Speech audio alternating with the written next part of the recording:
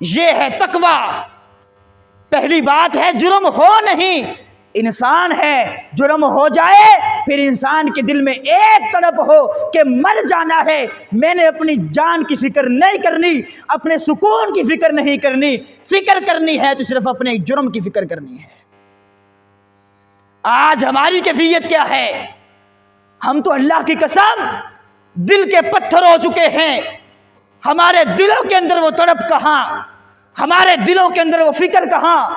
अभी चंद दिन पहले आपने जस्का का वाकया सुना, किस तरह दरिंदगी का निशाना अपनी बहू को बनाया गया। सास बहू का मसला, मैं उस औरत को क्या कहूं, वो इंसान भी थी या नहीं। अपनी बेटियों के साथ मिलके, औरत के साथ मिलके पहले अपनी बहू को उसने मारा, फिर सबूत मिटाने के लिए उसकी गर्दन को काटा, फिर उस गर्दन को मसा किया, आग पे रख के जलाया ताकि सारे के सारे निशानात बस किए जाएं। फिर उस औरत के एक एक जिस्म की बोटी की गई, आधी बोटियों को जमीन के अंदर दफन किया गया और आधे जिस्म की बोटियों को दरिया के अंदर बहाया गया। इंसान भी ऐसा करते हैं।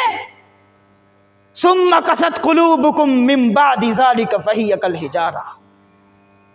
जब इंसान के दिल से अल्लाह का खौफ निकलता है, अल्लाह का डर निकलता है, रब की खशियत निकल जाती है, फिर इंसान ये सारे के सारे जुर्म करने पे आमादा हो जाता है।